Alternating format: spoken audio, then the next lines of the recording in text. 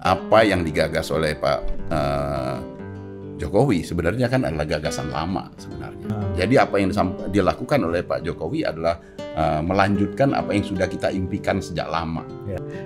Itu akan terbukti nanti. Karena itu nanti ujung-ujungnya pasti akan membawa nama Pak Jokowi juga. Dan kemudian sampai sekarang GBK menjadi kebanggaan kita. Ya. Setelah puluhan tahun. Dan orang udah lupa bagaimana dulu itu diperdebatkan. Demikian juga pada waktu kita membangun Taman Mini. Sekarang semua berbondong-bondong foto di depan kereta api cepat. Bagaimana kita bangganya dengan adanya kereta api cepat, kita mengatakan, lu belum punya tuh Malaysia, gua udah punya. Ide IKN itu saya tidak melihat idenya Pak Jokowi. Ide IKN adalah ide kita bersama. Haters kan akan mengatakan ngemis-ngemis investasi di luar negeri. Benar nggak nih Presiden terpilih akan melanjutkan IKN? Bismillahirrahmanirrahim. Assalamualaikum warahmatullahi wabarakatuh.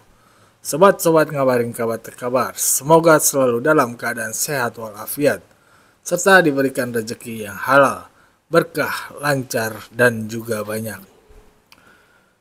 Nih, daripada kita ngedengerin akun Fufu Fafa terus, bahkan kagak ketahuan tuh yang punyanya siapa, belum tentu juga Gibran, serta ngomongin jet pribadi yang ditunggangi Kaisang, ditebengin Kaisang. Ini ada yang lebih menarik menurut gua. Bagaimana Indonesia akan melompat lebih jauh menuju Indonesia emas. Mari kita simak saja perbincangannya. Let's go. Oke, Nampaknya harus gitu. Oke, Pak Peter gimana Pak? Narasi Indonesia sentris ini sebenarnya apakah memang harus diwujudkan dengan IKN? Atau sebenarnya Pak Jokowi tanpa IKN selama ini udah menuju Indonesia sentris nih dengan hilirisasi, macam-macam pertumbuhannya kita tahu di luar Jawa juga tumbuh signifikan dalam 10 tahun terakhir gitu. Gimana Pak Peter? Ya, saya melihat persis apa yang disampaikan oleh Sis Grace tadi. Pak Jokowi sudah memulainya itu sejak awal dari program pembangunannya, yaitu dengan dulu kan disebut-sebut sebagai membangun dari desa, membangun dari pinggir. Ya. Tetapi kemudian ternyata itu tidak cukup. Ya. Dan apa yang digagas oleh Pak Jokowi sebenarnya kan adalah gagasan lama sebenarnya. Ya. Kita sudah mengimpikan memindahkan ibu kota sejak zamannya Bung Karno. Bung Karno bahkan menetapkan titiknya. Palangkaraya itu adalah kota yang dibangun dari scratch, dari awal. Makanya kalau kita main ke Palangkaraya, itu rencana tata kotanya sangat bagus. Sangat bagus. Ya. Jadi kita itu sudah memimpikan itu udah lama. Jadi apa yang dilakukan oleh Pak Jokowi adalah melanjutkan apa yang sudah kita impikan sejak lama. Dan saya kira kalau kita bicara tentang Indonesia sentris, ya, Indonesia sentris itu adalah pemikiran kita yang sudah menjadi cita-cita founding fathers kita. Kita memang ingin membangun Indonesia secara merata. Dan itu apa yang diwariskan oleh Pak Jokowi menurut saya, ya, terlepas dari apa yang disebutkan tadi Pak Jokowi ditinggalkan sekarang, ya, itu akan terbukti nanti. Ketika nanti setelah selesai, IKN udah terbentuk, udah terwujud, sudah berdampak terhadap pemerataan pembangunan di Indonesia, barulah kita bisa mengatakan inilah Indonesia sentris yang diwariskan oleh Pak Jokowi. Ya. Saya tidak melihatnya itu sebagai Jokowi sentris, ya, karena itu nanti ujung-ujungnya pasti akan membawa nama Pak Jokowi juga.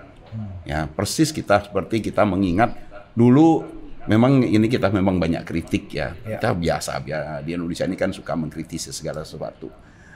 Dulu pada waktu Bung Karno membangun Gelora Bung Karno, GBK, membangun Monas, kritik nggak habis-habisnya.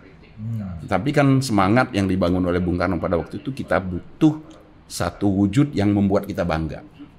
Ya. Dan kemudian sampai sekarang GBK menjadi kebanggaan kita.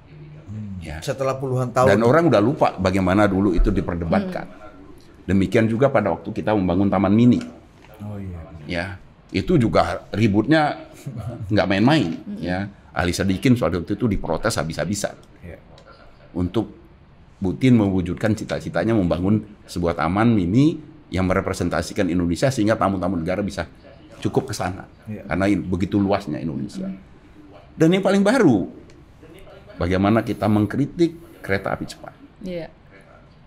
Sekarang semua berbondong-bondong foto di depan kereta api cepat. Bagaimana kita bangganya dengan adanya kereta api cepat, kita mengatakan, lu belum punya tuh Malaysia, gua udah punya. Ini kan hal-hal yang terjadi. Dan saya meyakini juga IKN akan seperti itu. IKN kalau nanti sudah terwujud, kita akan berbondong-bondong ke sana. Nggak usah sekarang, nggak usah udah jadi. Ya, kalau kita main ke sana, saya belum ke sana loh, sis, diajak dong. Kalau kita main ke sana, itu bagaimana gerak laju pembangunan di sana, itu sudah mengundang orang-orang datang. Dia sudah menjadi, belum jadi, baru titik nol, dia sudah menjadi titik destinasi wisata. Sudah memunculkan gerak ekonomi di sana. Sudah memunculkan berbagai sumber-sumber pendapatan di sana.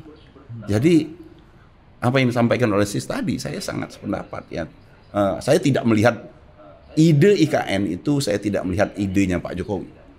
Ide IKN adalah ide kita bersama. Bagaimana kita mewujudkan Indonesia sentris tadi. Bagaimana kita mewujudkan Indonesia yang satu ya dengan pusat-pusat pertumbuhan ekonomi baru. Nah, tapi saya jujur memang saya adalah pendukung IKN dari awal. Ya. Mungkin bisa di Google lah ya. Apa aja yang sudah saya sampaikan terkait dengan IKN. Dan itu tidak berubah sampai sekarang. Ya, walaupun banyak sekali memang kritik terhadap IKN. Dan termasuk saya juga ada kritik terhadap IKN. Saya selalu mengatakan komunikasi pemerintah di dalam konteks IKN ini banyak sekali kedodoran. Ya. Banyak hal yang salah di dalam komunikasinya. Ya, IKN yang kemudian ya ini termasuk salah satunya adalah bagaimana pemerintah mencari sumber-sumber investor ya, luar negeri dan sebagainya. Yang menurut saya yang too much. Padahal ini bisa digulirkan dengan konsep komunikasi yang lebih sederhana. Ini kan mirip dengan proyek-proyek pembangunan Indonesia pemerintah pusat biasa. Maksudnya too much itu gimana Pak Peter? Sehingga apakah memunculkan dari investor luar negeri itu bukan priority sebenarnya? Atau bukan, kalau menurut saya bukan. Karena begini ya pemikirannya. Karena kita ini kan sebenarnya yang ingin kita bangun itu adalah sebuah kota. Yang pembangunannya sudah diakui juga oleh pemerintah akan membutuh waktu puluhan tahun, bahkan ratusan tahun. Dan nilainya nggak terhitung. Nah, komunikasi yang dibangun oleh pemerintah adalah kita buku ratusan triliun. Sehingga yang tergambar oleh masyarakat itu adalah itu sesaat. Keluar ratusan triliun sesaat. Sehingga dibandingkanlah, ngapain kamu bangun itu? Kan kita butuh yang lain. Padahal ini akan dibangun secara bertahap. Tahun demi tahun. Sehingga kalau kita ngomongin, coba cek di APBN.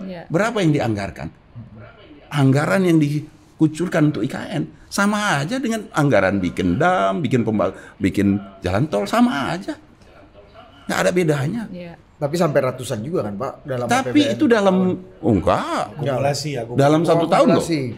Kalau diakumulasikan iya. Iya. Jadi komunikasi itu kan penting. Itu yang pertama. Yang kedua adalah bagaimana pemerintah kemudian mengkomunikasikan mencari investor.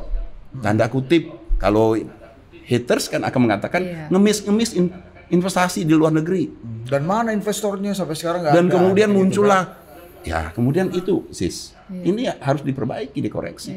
Yang kemudian akhirnya jadi bumerang ketika Pak Jokowi mengatakan investornya sudah ada, tahu-taunya nggak ada. Nah hal-hal yang seperti ini kan berbalik. Ini masalah komunikasi. Yang kedua adalah ngapain? Saya selalu mengatakan ngapain cari investor sebesar itu? Kita itu mau membangun kota, pusat pemerintahan, utamanya pusat pemerintahan terlebih dahulu. Kita ngapain kayak cari investor untuk mencari investor pabrik? Kita itu bikin kota pemerintahan, bukan kota industri. Sehingga kita perlu sekali berbagai investor investor besar. Enggak. Tugas utama di dalam pembangunan IKN, terutama di tahap-tahap awal ini, adalah melengkapi infrastruktur. Itu dulu. Dan itu tanggung jawab APBN. Itu yang menjadi tanggung jawab APBN. Yang harus dibangun adalah kantor-kantor pemerintahan. Yang harus dibangun adalah perumahan dari pegawai ASN. Itu dulu. Yang lain akan datang sendiri. Believe me. Yang lain akan datang sendiri. Selesaikan dulu tugas ini. Dan sekarang, kalau menurut saya, udah pada datang tuh. Udah pada udah menarik. Kan sekarang hari ini ya, besok yang mulai dibuka untuk umum. Saya meyakini. Oh iya, hari ini udah dibuka untuk iya, mulai dibuka Pak. Iya, mulai dibuka untuk. Dan saya yakin itu akan menjadi orang akan datang. Karena saya ingat sekali bagaimana pada waktu titik nol, kota itu aja sudah pada rame datang. Udah antri orang, udah istilahnya udah bikin macet. Nah sekarang itulah yang harus secara bertahap kita bangun, kita munculkan. Jadi kalau kita bicara tentang Indonesia sentris, IKN tidak akan menyebabkan dengan adanya IKN otomatis Ada distribusi. akan terjadi distribusi pemerataan. Enggak. Setuju saya. Ya. Enggak sama sekali. Tetapi dengan adanya IKN di sana, pusat pemerintahan ada di sana, ibu kota ada di sana, presiden ada di sana, kantor-kantor pemerintahan pusat di sana, maka perhatian pembangunan itu akan mulai bergeser. Nggak mungkin kita bangun di sana kalau presidennya ada di sini. Kalau presidennya di sana, pasti akan mulai terbangun. Dan ketika wibawa itu terbangun, ya, mulai ada aura di Kalimantan, Balikpapan, Samarinda, Banjarmasin, Palangkaraya, Pontianak, itu akan tumbuh. Infrastruktur di Kalimantan akan tumbuh. Dengan infrastruktur yang semakin baik, pilihan investasi, pilihan para investor untuk berinvestasi bisa bergeser. Enggak lagi ke Jawa. Dia akan bergeser ke Kalimantan. Kalau Kalimantan sudah tumbuh, orang akan bergeser ke Sulawesi, ke Irian, ke Sumatera. Jadi ini adalah pemicu awal. Adanya IKN di Kalimantan itu akan memunculkan optimisme bahwasanya kita mampu untuk membangun di luar Jawa. Tapi prasyarat pendukungnya kan harus ada komitmen penuh dari pemerintah pusat untuk betul-betul memindahkan aktivitas dan kegiatan pemerintahan ke sana kan Pak Peter. Sehingga ini kan itu dulu nih, mau apa enggak nih, serius apa enggak nih, itu kan? yang kita butuhkan. Iya. Karena triggernya memang dari APBN dan dari aktivitas pemerintahan kan. Orang Pak sekarang Peter lihatnya gimana nih? Ya, itu Nogo-nogonya udah menuju ke situ belum? Orang masih nunggu. Nggak mungkin juga mereka akan selesai nunggunya. Itu mereka nunggunya pertama, kemarin nunggu ya. Pertama peralihan pemerintahan. Ya. Benar nggak nih akan berlanjut? Ya. Benar nggak nih presiden terpilih akan melanjutkan IKN? Ini masih ditunggu benar. Ya. Karena begitu itu berubah saja sedikit saja. Ya. Ini kolaps ini rencana ini. Trust ini Pak ya. Trust itu, ya. Nah jadi kalau kemarin-kemarin makanya saya bilang ngapain ngejar-ngejar investor? Investor tuh masih nunggu, ya. Kalau ini pemerintah Prabowo jelas memberikan dukungan akan melakukan melanjutkan pembangunan IKN, saya kira akan sangat mudah kita untuk kemudian memastikan IKN terwujud dan kemudian apa yang kita impikan tadi Indonesia sentris bisa lebih terwujud. Bagaimana nih menurut sobat-sobat sekalian? Keren kan perbincangannya Indonesia Emas. Dengan IKN nanti jadi Indonesia diprediksi bakal melompat terus lebih jauh menuju tujuannya Indonesia Emas melalui Indonesia sentris. Bagaimana menurut komentar saudara-saudara sekalian? Tulis di kolom komentar. Wassalamualaikum warahmatullahi wabarakatuh.